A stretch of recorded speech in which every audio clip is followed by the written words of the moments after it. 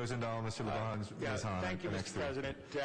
Of course, I want to continue the moratorium so we can work this all out. But you know what I'd like to see? We just had a huge meeting of city workers who might lose their jobs. How about creating a revenue stream from marijuana?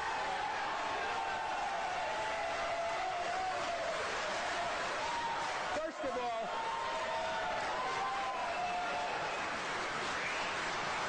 of all, many of you know that I have said the laws of the 80s are bad laws. We have people in prison who shouldn't be in prison to begin with. So when are we going to grow up as a nation and deal with the reality of marijuana? Instead of incarcerating people, let's deal with it in an honesty and an integrity way. But what I want to do now is every one of these clinics that ends up legitimate after this process we go through, we need to come up with a formula so that the city gets a piece of that revenue so that we can deal with our deficit.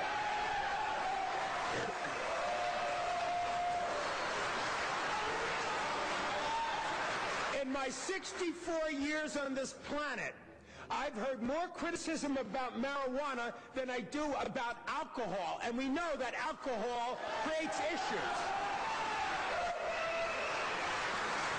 And I'm tired of gutless politicians that always talk about the war on crime and they mix marijuana in the same mix. That's wrong and crazy.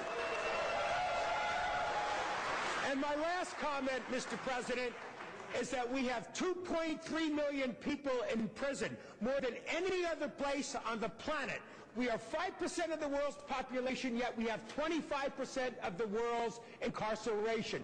The state budget is in total disarray. We have 60,000 prison guards. Well, let's start releasing these people from prison, and let's start dealing with it as a health issue and not a criminal issue. Thank you. Thank you, Mr. Rosendahl.